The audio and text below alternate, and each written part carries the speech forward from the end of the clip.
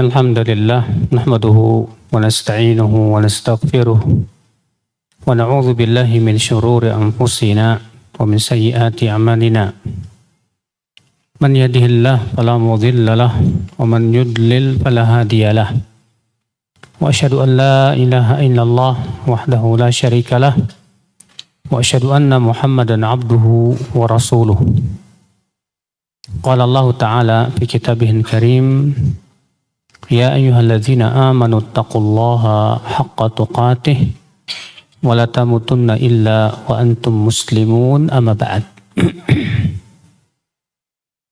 Ayol ikhwah, kita insyaallah akan memulai kajian Riyadhus Shalihin di setiap Selasa ketiga ya, setiap bulan insyaallah. Di mana kitab ini adalah kitab yang agung dan ini menunjukkan akan yang pertama keikhlasan Al-Imam An-Nawawi dalam menulis buku ini. Karena buku ini ya hampir di setiap negara pasti dipelajari. Semua orang kaum muslimin mengenalnya. Ya, mereka membacanya, mempelajarinya. Dan ini menunjukkan barokah. Ya, barokah daripada yang ditulis oleh Imam An-Nawawi rahimahullah. Memang demikian. Kalau ikhlas pasti Allah berkahi, Pak. Tapi kalau tidak ikhlas biasanya tidak berkah. Banyak kitab-kitab yang hilang begitu saja, tidak berkah. Iya. Kitab Riyadhus Shalihin kalau kita perhatikan adalah kitab tentang adab. Kitab tentang apa? Adab. Dimulai dari adab-adab jiwa, berupa keikhlasan, kejujuran, kesabaran. Kemudian adab-adab yang berhubungan dengan keseharian. Demikian pula adab-adab terhadap tetangga, terhadap orang tua, dan yang lainnya. Dan para ulama terdahulu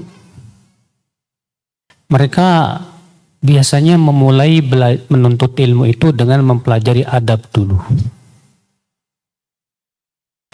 Kenapa? Karena orang yang menuntut ilmu tanpa belajar adab, akibatnya fatal. Ilmunya seringkali tidak bermanfaat, Pak. Makanya Muhammad bin Sirin berkata, kunna nata'allamul adab kama nata'allamul ilm. Kami dahulu belajar adab itu seperti mempelajari ilmu. Iya. Sebagian ulama lagi berkata, kunna nata'allamul adab 30 sana. Wa nata'allamul ilm 20 sana. Kami dulu belajar adab itu 30 tahun. Dan belajar ilmu 20 tahun. Itu menunjukkan manzilatul adab. Kedudukan adab itu sangat penting sekali, terutama kita bagi para penuntut ilmu. Banyak penuntut ilmu di zaman sekarang kita lihat sangat kurang adabnya. Iya, adab terhadap kitab, adab terhadap dalam masalah menghadapi perselisihan, adab terhadap guru, adab terhadap ya yang lainnya, sehingga akhirnya apa yang terjadi tidak berkah dan tidak barokah ilmunya. Makanya kita Riyadhus Shalihin ini sangat bagus sekali untuk kita pelajari. Ya. Di sini Al-Imam An-Nawawi Al-Imam An-Nawawi membuka kitabnya dengan bab yang sangat penting sekali. Itu tentang keikhlasan.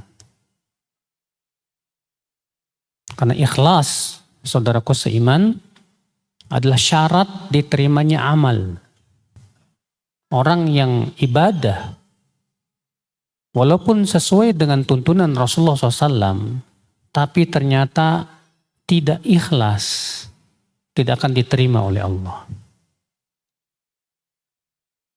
Orang yang ria, dia kehilangan ikhlas. Maka orang seperti ini akal Islam bukan hanya tidak mendapatkan pahala, justru ia berdosa. Ya, di sisi Allah Subhanahu wa taala. Dan keikhlasan itu tidak mudah, Mas. Kenapa demikian? Karena manusia itu punya sifat ingin dipuji dan senang dipuji. Manusia itu punya sifat menginginkan dunia dan syahwatnya. Nah, dua perkara ini sering kali menyebabkan seseorang sulit untuk ikhlas. Ketika kita senang dipuji orang, ya, akhirnya apa yang terjadi? Kita mengharapkan pujian dari amalan kita. Ketika kita sangat mencintai dunia dan mengharapkan dunia, seringkali ibadah kita itu tidak murni karena Allah. Tapi ibadah kita seringkali, Pak, dirusak oleh niat yang kedua. Bukan karena Allah, tapi bukan hanya karena Allah, tapi ada karena selain Allah. Karena ingin dapat kedudukan, karena ingin dapat harta, karena ingin dapat dunia. Akhirnya apa yang terjadi? Ibadahnya itu tidak murni karena Allah 100%. Sementara Allah mengancam dalam surat apa?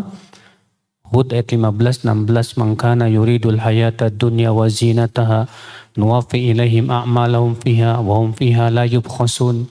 Ulaika alladzina laysa lahum fil akhirati illa an-nar wa habita ma sana'u fiha wa batilum ma kanu ya'malun." Barang siapa yang menginginkan dunia dan perhiasannya, kami akan berikan kepadanya apa yang dia inginkan dari amalnya tersebut tanpa dikurangi. Tapi mereka dalam kehidupan akhirat nanti tidak mendapatkan apapun kecuali neraka. Batal amalnya, sia-sia usahanya. Akibat kurang ikhlas, Pak. Iya. Makanya akal Islam, betapa pentingnya kita untuk mempelajari keikhlasan. Dan betapa pentingnya untuk senantiasa mengawasi hati kita. Setiap kali kita mau sholat misalnya, mau sedekah, mau puasa, amal ibadah yang mau kita lakukan, hendaknya kita segera muhasabah. Tanya, kita beramal soleh ini tujuannya apa dan karena siapa? Karena Allah, alhamdulillah. Dan tujuannya mengharapkan ridha Allah, alhamdulillah. Tapi sering kali, Pak, perjalanan keikhlasan ini rusak di tengah jalan. Seringkali dimasuki oleh harapan-harapan, keinginan-keinginan untuk mendapatkan pujian. Iya. Apa itu ikhlas? Al-Imam An-Nawawi mengatakan bab al-ikhlas wa ihdharun niyyah fi jami'il a'mali wal aqwali al-barizati wal khafiyyah. Bab ikhlas dan menghadirkan niat pada seluruh amal dan ucapan, baik yang tampak maupun yang tersembunyi. Ikhlas dari kata akhlasa yukhlisu ikhlason, yang artinya memurnikan. Ya. Adapun secara istilah artinya ikhlasul amali lillah. Mengikhlaskan amal atau memurnikan amal hanya untuk siapa? Allah Subhanahu wa taala saja. Para ulama berbeda ungkapan tentang makna ikhlas walaupun tujuannya sama. Al-Imam Al-Izz bin Abdissalam berkata, al-ikhlasu an yaf'alal mukallafu at-ta'ata khalisatan lillahi wahdah. La yuridu biha ta'ziman minan nas, wala tawqiran, wala jalba naf'in diniyin, wala daf'a dararin dunyawiyyin. Kata beliau, ikhlas adalah seorang mukallaf itu orang yang balik dan berakal, ya. Ikhlas adalah seorang mukallaf melakukan ketaatan murni karena Allah saja. Seorang mukallaf melakukan ketaatan murni karena Allah saja. La yuridu biha ta'ziman minan nas wala tawqiran. Dia tidak menginginkan penghormatan dari manusia. Ya. Tidak mengharapkan pemuliaan dari manusia. Sama sekali tidak. Balajal binaf'in diniyin. Tidak pula mengharapkan agar mendapatkan manfaat agama. Maksudnya gimana? Biar disebut ustadz, disebut orang soleh, disebut sebagai ulama, ya, dipandang orang sebagai wali. Karena terkadang Pak, sebagian orang ada yang ibadah biar dianggap orang dia itu wali, atau dianggap sebagai orang soleh. Itu namanya manfaat agama, iya. Atau ingin disebut ulama. Terkadang kita ceramah, ketika kita ceramah itu seringkali ketidakikhlasan tuh muncul gitu Pak. Niat ingin kelihatan ilmunya itu suka ada. Wah, biar kelihatan kalau ilmunya mantap. Akhirnya gak dapat pahala. Yang ada apa? Dosa. Iya. Nah, ini bahaya sekali saudaraku. Wala daf'i dararin dunyawiyyin. Bukan juga karena ingin menolak mudarat yang berhubungan dengan dunia. Contoh misalnya, antum sholat tahajud, ya. Tapi niat utama antum sholat tahajud, biar usahanya yang sedang kolab, biar maju lagi dan jaya lagi. Ternyata niat sholat tahajudnya, tujuan utamanya biar usahanya yang lagi kolab itu apa? Biar bisa maju lagi, biar bisa jaya lagi. Nah, ini nggak ikhlas Pak.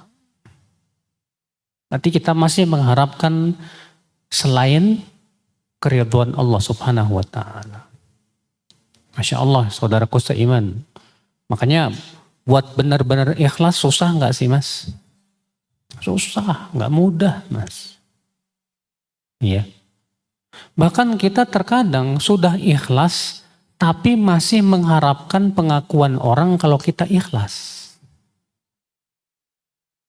Saya ini ikhlas loh Mas. Ya. Ketika ada orang yang mengatakan, kamu kurang ikhlas, ngambek, kurang ngajar, saya disebut kurang ikhlas. Akhirnya kita ya marah-marah karena ingin disebut ikhlas. Lah Kak, orang ikhlas tuh gak perlu marah. Cukup Allah yang tahu, saya gak mengharapkan pengakuan dari kamu kok. Kamu mau bilang saya gak ikhlas, terserah situ. Saya gak mengharapkan apa-apa dari situ. Saya cuma mengharapkan ridha Allah saja. Tapi terkadang ya tadi Pak. Iya. Kita ingin diakui keikhlasan kita. Padahal sebetulnya itu hakikatnya riya. Ikhwatul Islam, saudaraku seiman. Nah ini ikhlas saudaraku sekalian.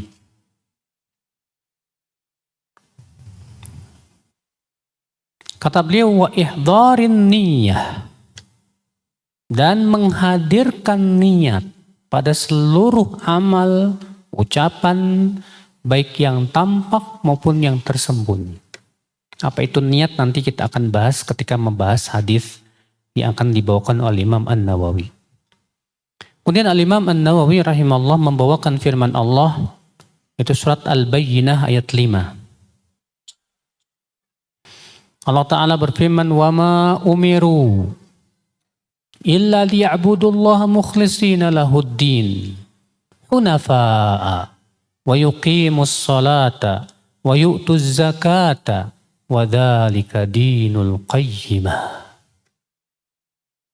Dan tidaklah mereka diperintahkan kecuali untuk mengikhlaskan agama ini untuk Allah semata. Din dalam ayat ini maksudnya apa, Mas?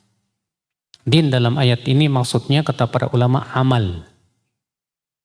Karena kata din dalam Al-Quran ada dua makna, Pak. Makna yang pertama amal. Contohnya dalam ayat ini. Ya. Wa ma umiru illa liya'budullaha mukhlishina lahuddin. Tidaklah mereka diperintahkan kecuali agar mereka beribadah kepada Allah saja dengan mengikhlaskan din untuknya. Din yang dimaksud di sini apa? Amal. Iya. Din juga mempunyai makna apa? Pembalasan.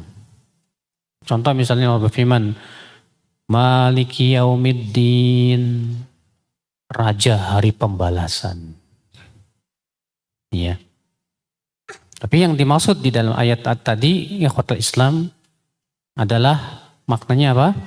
Amal. Allah Ta'ala berfirman, وَمَا أُمِرُوا إِلَّا لِيَعْبُدُوا اللَّهَ مُخْلِصِينَ لَهُ الدِّينَ. Dan tidaklah mereka diperintahkan oleh Allah Subhanahu wa Ta'ala kecuali untuk beribadah kepada Allah saja, dengan mengikhlaskan amal untuk Allah saja. Jangan sampai amal kita tadi sudah kita sebutkan ada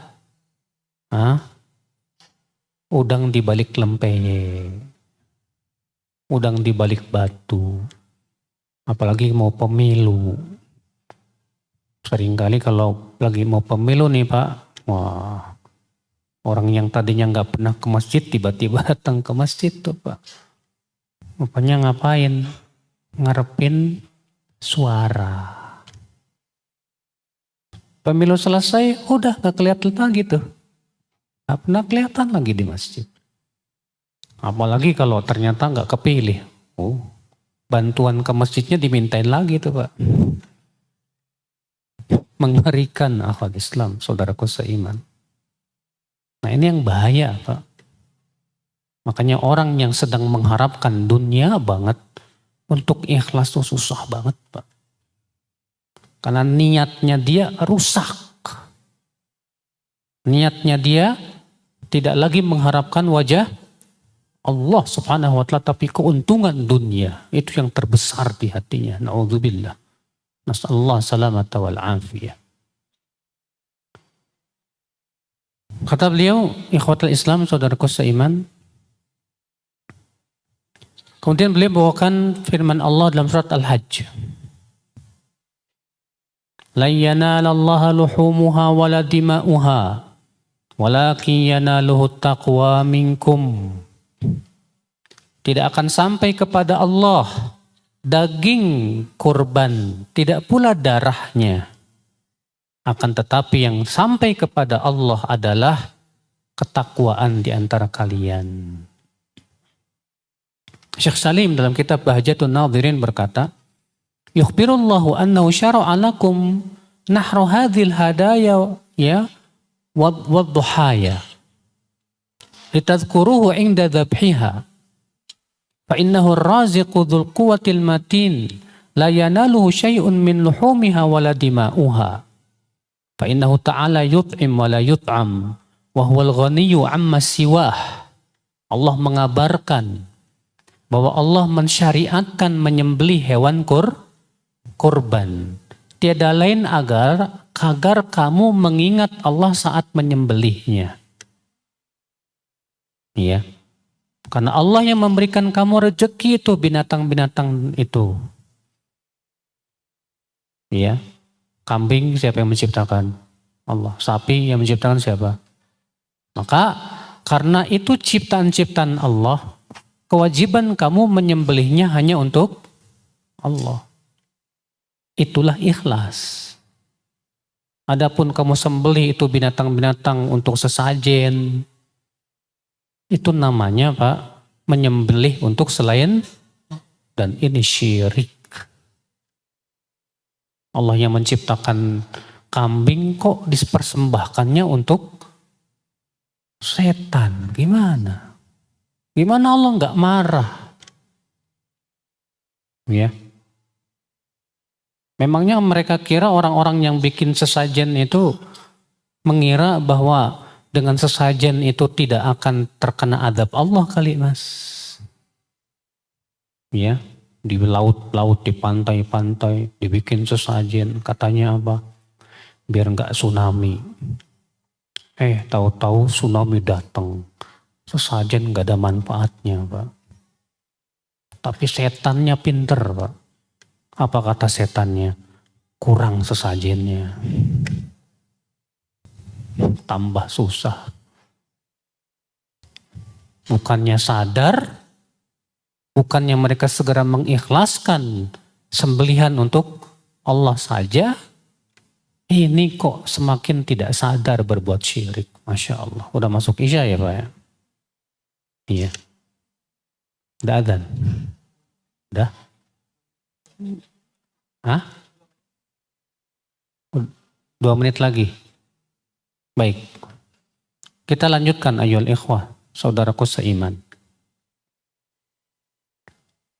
Kata Syekh Salim, waqad kana al-jahiluna idza dhabahuha li ahliyatihim wada'u 'alaiha min luhumi qarabinihim, ya, wa nadahu 'alaiha min dima'iha. Dahulu masyarakat jahiliyah di zaman Rasulullah dulu, ya, mereka itu menyembelih hewan-hewan tadi untuk Tuhan-Tuhan mereka, untuk patung-patung yang mereka sembah.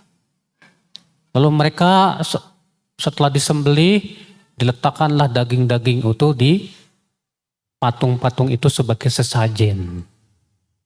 Ya.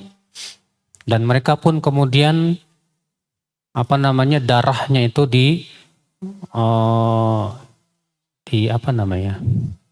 ditumpahkan ya di atas daging tersebut. Katanya untuk persembahan kepada patung-patung itu. Makanya apa bedanya sesajen yang ada di masyarakat kita, Pak? Padahal agamanya Islam loh, Pak.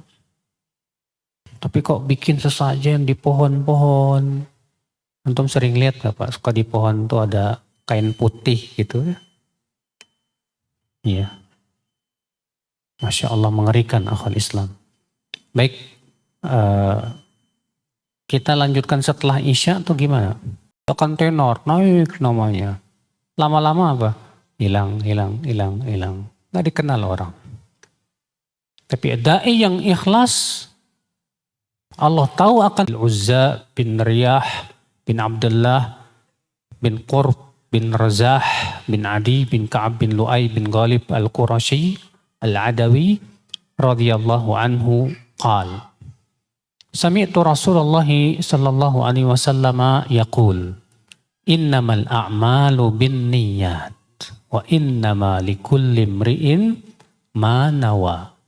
Faman kanat hijratuhu ila Allah wa rasulih fahijratuhu ila Allah wa rasulih. Wa man kanat hijratuhu lidunya yusibuha aw imra'atin yankihuha fahijratuhu ila ma hajara ilaih. Muttafaqun ala sihhatihi. Dari Amirul Mukminin Abu Hafs Umar bin Khattab, semoga Allah meridainya. Di sini Umar kunyahnya Abu Hafs. Padahal Umar nggak punya anak namanya Hafs.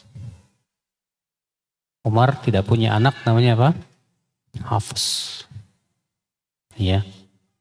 Itu menunjukkan Pak, boleh kita punya kunyah dengan nama anak yang kita tidak punya. Boleh, apa-apa. Dari Abu Hafs Umar bin Khattab. Antum kenal siapa Umar bin Khattab? Seorang sahabat yang sangat mulia. Yang sangat alim, yang sangat takwa. Yang sangat kuat imannya. Saking kuat imannya, setan pun takut sama Umar. Iya. Rasulullah SAW sering bermimpi tentang Umar. Di antaranya Rasulullah bermimpi, Ra'aituni, ya, aku bermimpi diriku ka'anni ashrabul laban. Seakan-akan aku minum susu. Hatta wajadtu raytah tahta adfari. Sampai-sampai aku merasakan kenyangnya minum susu itu, ya, dan kenyangnya sampai terasa ke bawah-bawah kukuku, kata Rasulullah. Wa ataitul fadlata Umar ibn Khattab. Dan aku memberikan sisanya kepada Umar. Apa takwilnya? Kata Rasulullah, al-ilm. Ilmu. Dan Masya Allah Pak, ilmunya Umar luar biasa. Hafidz Ibnu Hajar mengatakan ada 15 ayat yang turun atas usulan Umar. Usulan Umar langsung disetujui oleh siapa? Allah, Rabbul Alamin, pencipta langit dan bumi. Itu menunjukkan akan kefakihan Umar. Luar biasanya. Iya. Di antaranya tentang ayat hijab. Umar yang mengusulkan. Kata Umar, ya Rasulullah, ala tahjub nisa'. Kenapa engkau tidak menyuruh istri-istrimu untuk memakai hijab ya Rasulullah? Tapi Rasulullah tidak berani. Karena belum ada perintah dari Allah. Maka Allah turunkan ayat hijab. Membenarkan, ya, dan mensetujui usulan Umar. Ketika Umar bersama Rasulullah tawaf di Ka'bah, Umar berkata, ala nattakhidhu maqama Ibrahim musalla? Bagaimana ya Rasulullah, kalau kita jadikan makom Ibrahim, makom itu bukan makam ya.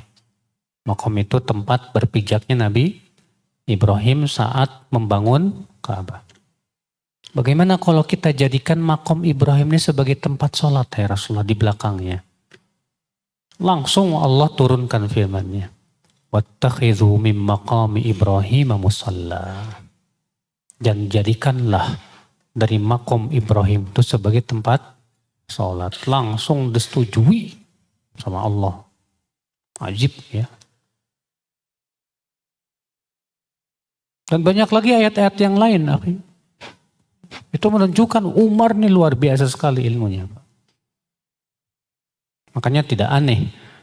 Fatwa-fatwa beliau, sikap-sikap beliau luar biasa. Nah ini Umar. Ia berkata, aku mendengar Rasulullah SAW bersabda, Innamal a'malu bin niyyat. Sesungguhnya amal itu hanyalah sah dengan niat. Wa innama likulli imri'in ma nawa. Dan sesungguhnya setiap orang akan mendapatkan sesuai yang ia niatkan. Faman kanat hijratuhu ilallahi wa rasulih. Maka siapa yang hijrahnya kepada Allah dan Rasulnya, fa hijratuhu ilallahi wa rasulih. Maka hijrahnya kepada Allah dan Rasulnya. Dan siapa yang hijrahnya karena dunia yang ingin ia raih atau karena wanita yang ingin ia nikahi, maka hijrahnya sesuai dengan niatnya. Ya.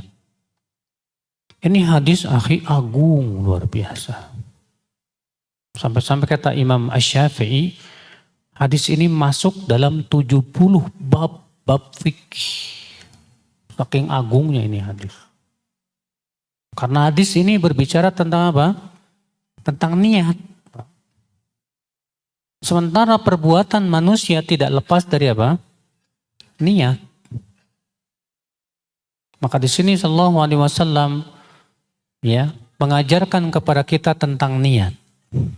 Rasulullah SAW sabda, innamal a'malu bin niyat.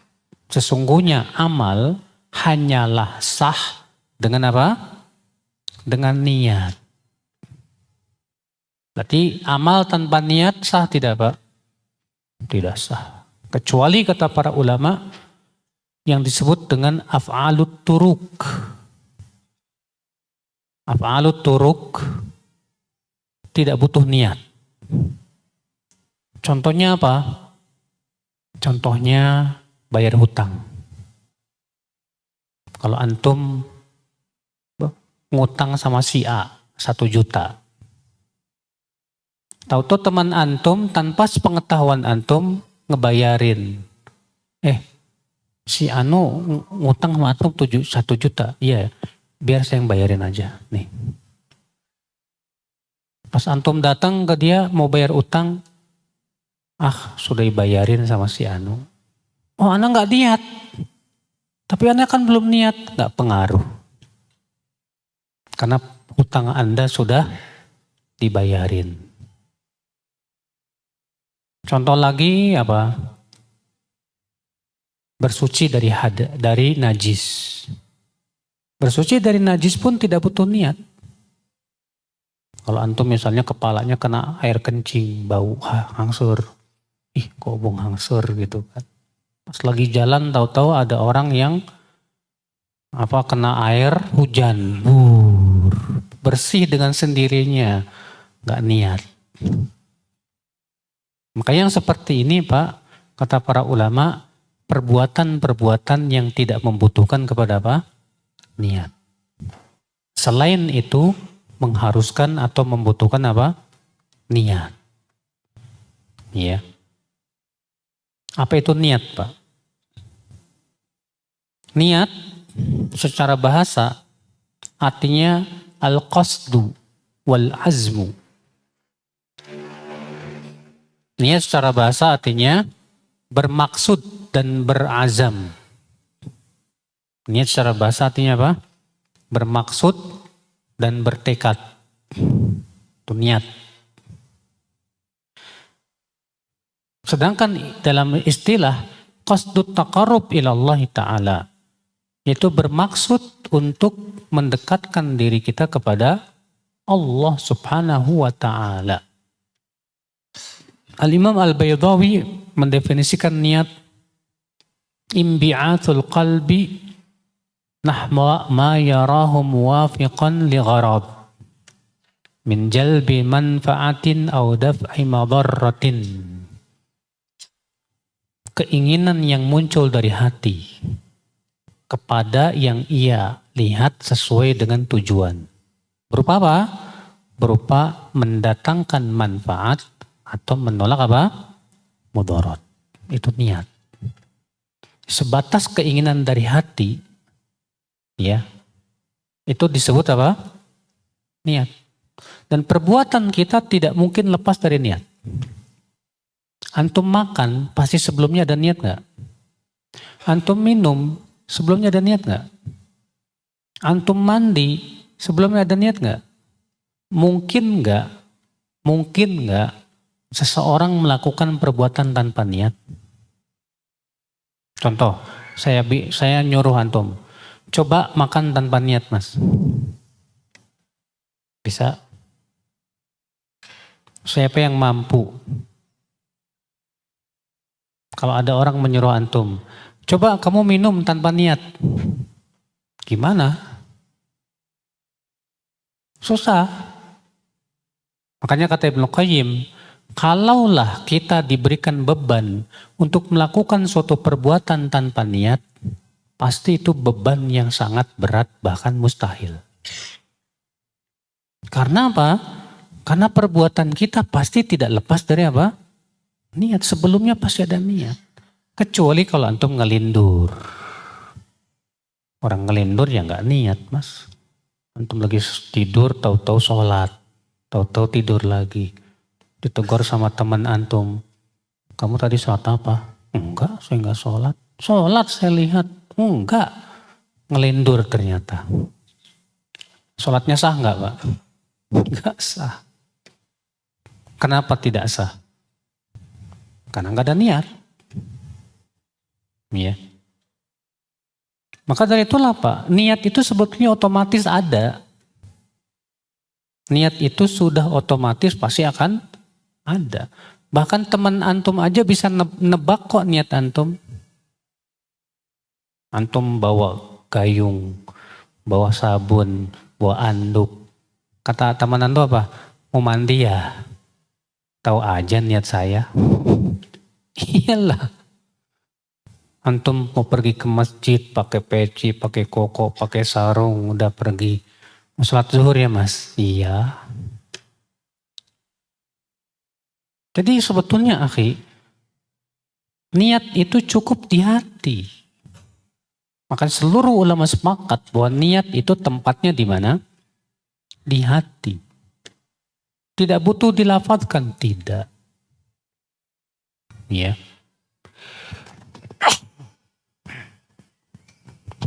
Ya tidak butuh dilafadzkan. Maka dari itu akhi, Rasulullah SAW tidak pernah melafadzkan niat sholat.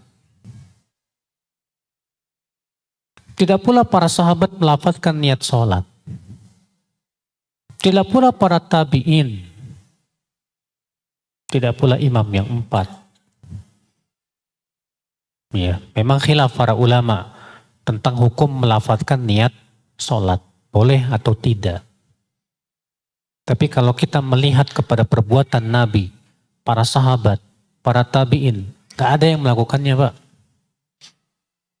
Bahkan ketika Rasulullah mengajarkan seorang sahabat yang sholatnya gak becus.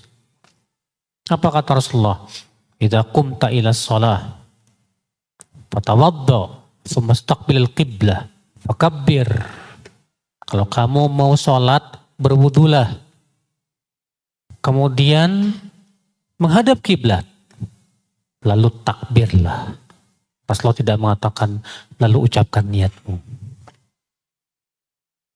Itu menunjukkan tidak ada Rasulullah mengajarkan.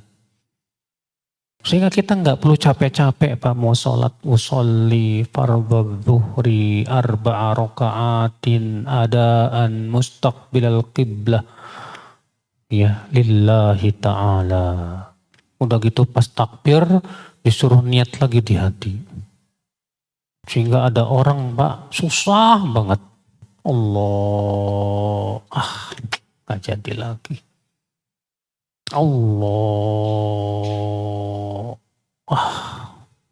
susah ini katanya. Ini kan namanya memberat-beratkan Pak.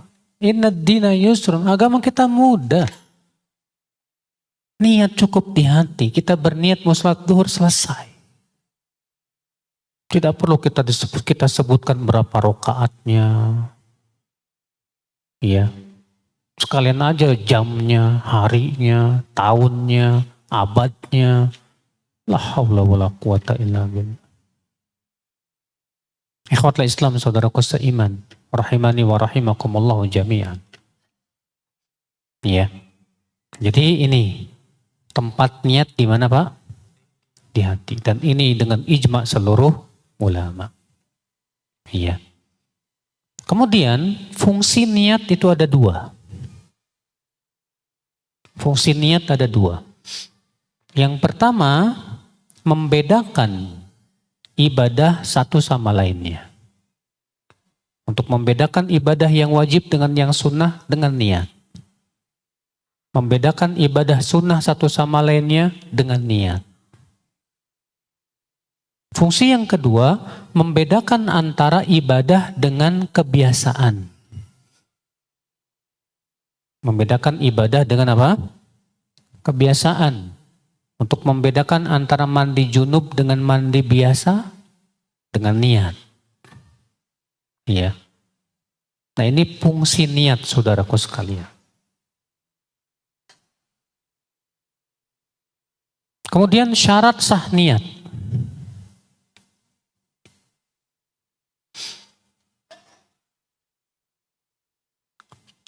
Syarat sah niat ada 4 syarat yang disepakati oleh para ulama.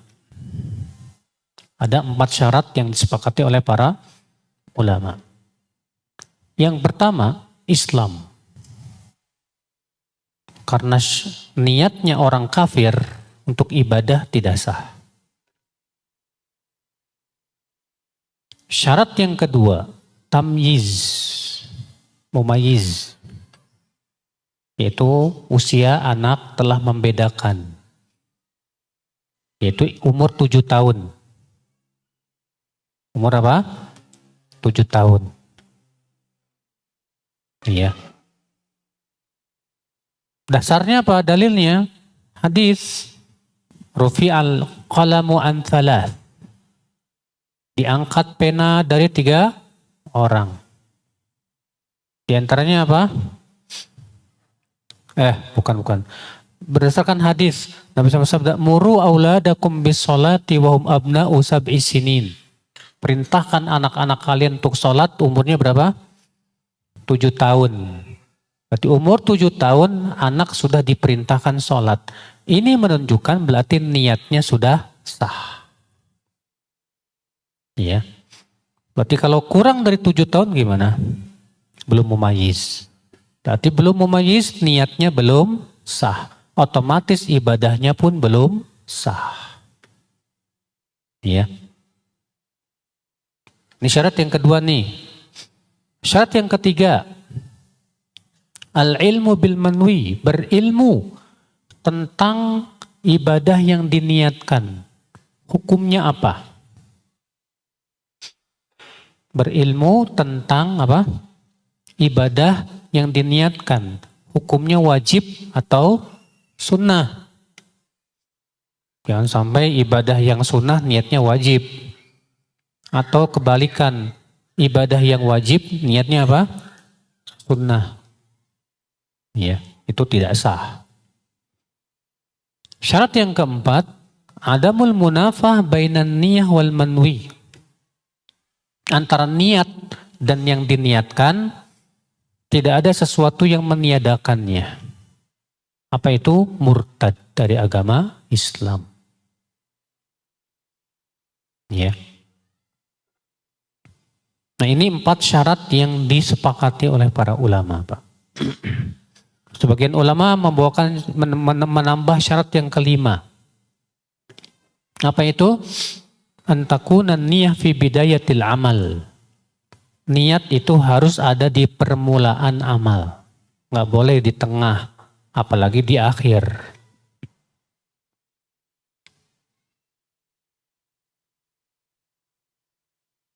Sebagian lagi menambahkan syarat yang keenam.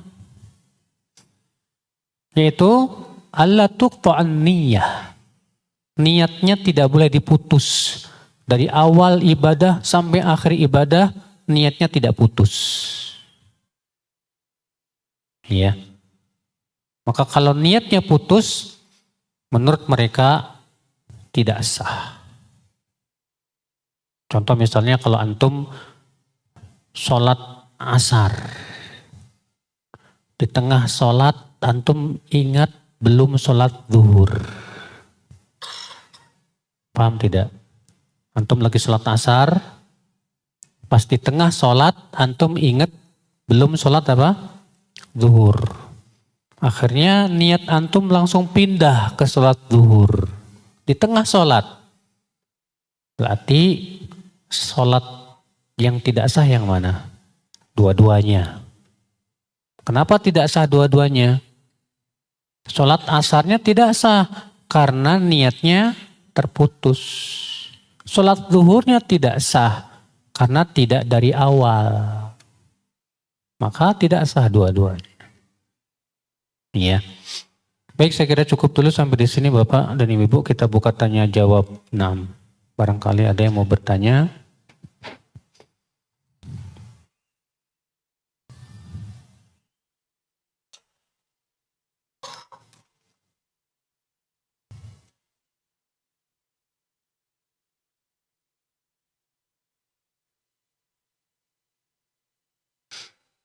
Ana semangat untuk mengamalkan sunnah, diantaranya berusaha tampil di masjid, rumah maupun kantor agar orang-orang mengetahui cara ibadah sesuai sunnah. Namun ada keraguan dan rasa takut menjadi ingin dilihat atau ujub. Antara perasaan ingin menunjukkan sunnah karena Allah dengan rasa ingin dilihat menjadi ujub. Apa yang harus dilakukan Ustadz? Pak, kalau itu ibadah-ibadah yang tidak mungkin disembunyikan, kewajiban kita berjihad melawan hawa nafsu. Tapi kalau itu ibadah-ibadah yang masih mungkin untuk kita sembunyikan, yang lebih baik kita sembunyikan. Kenapa? Karena lebih ikhlas buat hati kita. Iya. Makanya contoh misalnya yang tidak mungkin disembunyikan, jenggot, gak mungkin disembunyikan. Antum mau pakai masker terus gak mungkin kan? Maka pada waktu itu kewajiban kita ikhlas, berjihad melawan hawa nafsu kita, dan terus menjaga niat kita, jangan sampai apa? Ria. Iya. Memperlihatkan sunnah. Kalau memang niatnya supaya orang tahu tentang sunnah dan agar mencontoh kita, bagus.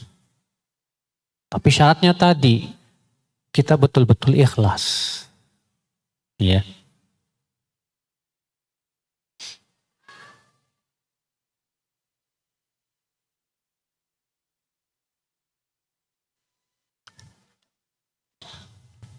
Semua amal ibadah tertolak apabila tidak ikhlas, kecuali sholawat. Karena sholawat kepada Nabi akan tetap diterima walaupun riya. Apakah benar pernyataan itu? Mana dalilnya? Hadis yang mengecam tentang riya semua umum. Siapa yang mengkhususkan suatu amal tanpa yang lainnya, wajib membawakan dalil. Mana dalilnya? Sholawat termasuk ibadah. Ibadah kewajibannya untuk ikhlas karena mengharapkan wajah Allah. Maka kalau ada orang yang sholawat karena ria ingin dipuji manusia, Allah batalkan amalnya. Maka pernyataan ini batil, Pak. Ya, kata dia apa? Tidak ikhlas, amal ibadah yang tidak ikhlas tertolak kecuali sholawat. Mana dalilnya? Mana dalilnya? Karena agama kita ini bukan berdasarkan perkiraan, Mas. Agama kita ini bukan sebatas berdasarkan pendapat si anu, bukan. Agama kita ini jelas dasarnya. Al-Quran, hadis, ijma, qiyas. Nah sekarang coba bawakan dalilnya mana? Gak ada. Ya.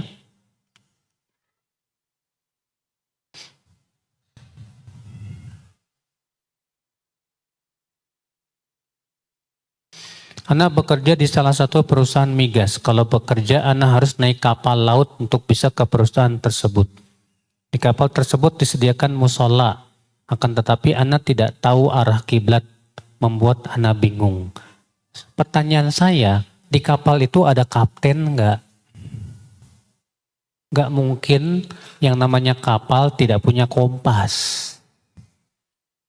Setiap kapal pasti disediakan apa? Kompas, Pak. Karena untuk mengetahui arah. Tinggal tanya ke kapten. Ngapain melihara bingung sendiri? Bingung gak mau nanya, ini bisa sesat loh, Mas. Makanya kan peribahasa orang Indonesia apa? Malu bertanya, sesat di jalan. Ada kapten, tinggal datang ke kapten. Maaf, Kiblat, arah kiblat kemana ya? Si kapten biasanya pengalaman, Pak. Ya. Saya ini sering ke laut loh, Pak. Kalau kita nggak tahu arah laut, kita tinggal nanya ABK sama kapten. Kiblat kemana? Kaptennya, padahal dia kaptennya nggak sholat. Banyak kapten-kapten itu nggak pada sholat, Pak. Tapi kalau tanya ke arah kiblat, tahu dia. Lihat dia. Oh, ke sana, Pak, katanya. Tahu dia. Karena dia sudah pengalaman. Iya. Jadi kewajiban antum fas'alu ahla dzikri. Tanya ahlinya. Sahkah sholat di belakang anak SMP? SMP itu kelas berapa? Apa umurnya berapa? SMP umurnya berapa, Pak? Udah mumayyiz belum? Di zaman Rasulullah SAW ada seorang sahabat yang menjadi imam umurnya 7 tahun. Kalau tidak salah namanya Muhammad bin Maslamah. Beliau disuruh jadi imam di kaumnya umurnya 7 tahun. Karena beliau ternyata yang paling banyak hafalannya. Iya. Jadi kalau sholat di belakang anak SMP sah nggak, Pak? Sah.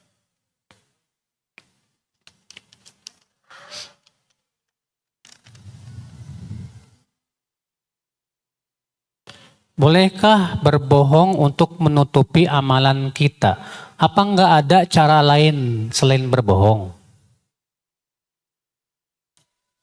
Ya, jangan sampai kita jatuh kepada dosa, Pak. Yang namanya berbohong itu dosa gitu. Menutupi amal bagus, tapi jangan dengan cara dosa. Masih ada kok cara lain untuk menutupi amal kita. Ya. Jadi masih banyak jalan menuju Roma. Ya. Jangan terlalu mempersempit, Pak. Di zaman sekarang ini apabila kita memperlihatkan amal soleh dengan niat syiar, karena kemaksiatan pun ditampakkan terang-terangan, apakah termasuk ikhlas? Tergantung niat antum. Kalau niat antum ingin memperlihatkan syiar Islam supaya orang tahu syiar, bagus. Dengan syarat niatnya karena Allah, bukan karena ingin dipuji manusia. Ya.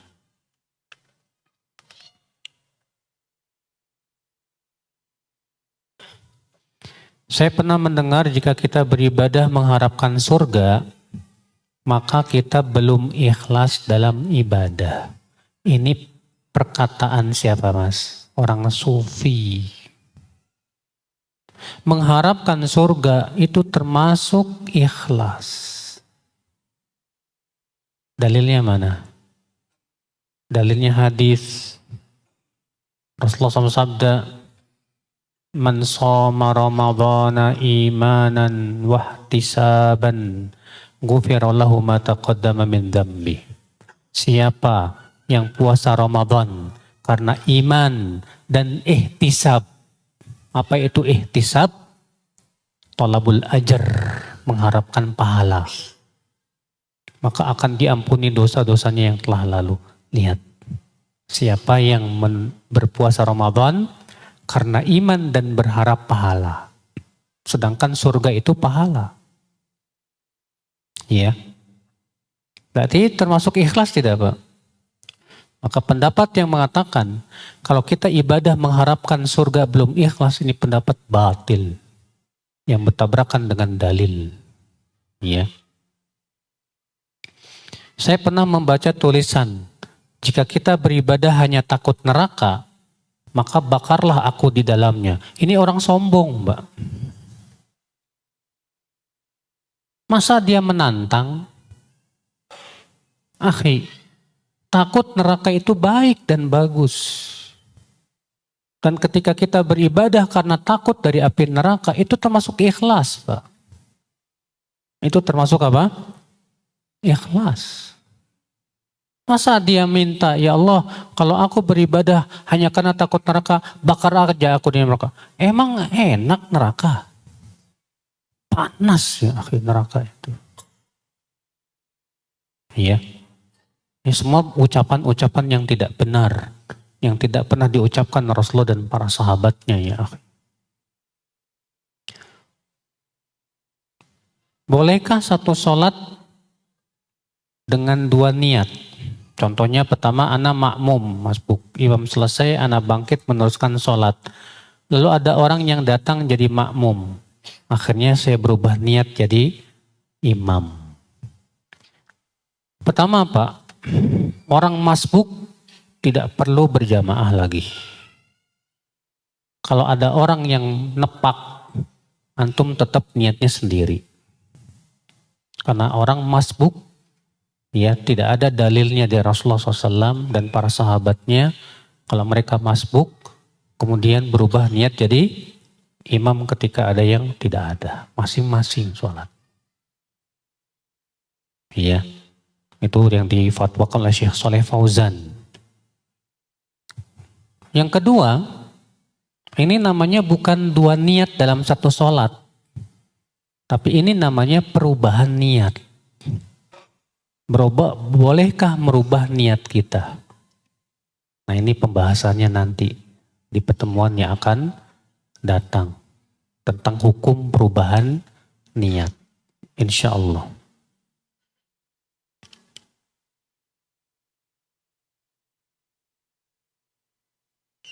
Bolehkah saya puasa tanpa sahur karena kesiangan? Boleh.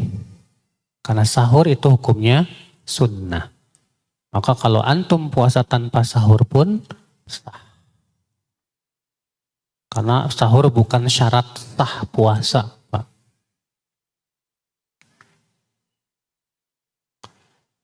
Apakah melakukan suatu amalan dengan mengharapkan sesuatu dari apa yang ada dalilnya? Seperti memperbanyak istighfar untuk mendapatkan rezeki. Iya.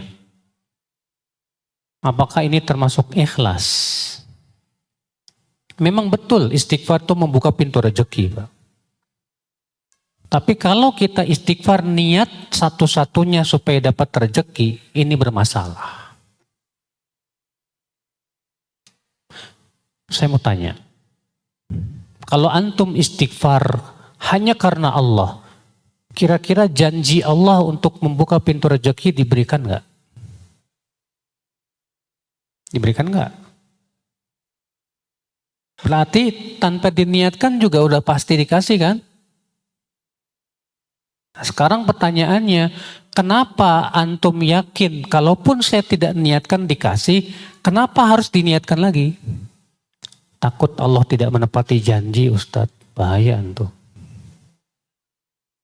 Kalau saya nggak niatin gitu nanti Allah nggak kasih. Allah sudah janji kok. Bahwa orang yang banyak istighfar pasti dibuka pintu rezekinya. Tanpa antum niatkan pun Allah pasti kasih. Itu namanya janji. Sedangkan janji nggak perlu diniatin. Contoh lagi, Rasulullah sabda, siapa yang silaturahim, siapa yang ingin dipanjangkan umurnya, diluaskan rezekinya, hendaklah menyambung janji bukan? Kalau antum silaturahim tanpa mengharapkan dua ini dikasih enggak? Berarti antum yakin kan? Tanpa meniatkan dua ini saja sudah dikasih. Sholat isya dulu. Baik. Nah, billahi taufik. Assalamualaikum warahmatullahi wabarakatuh.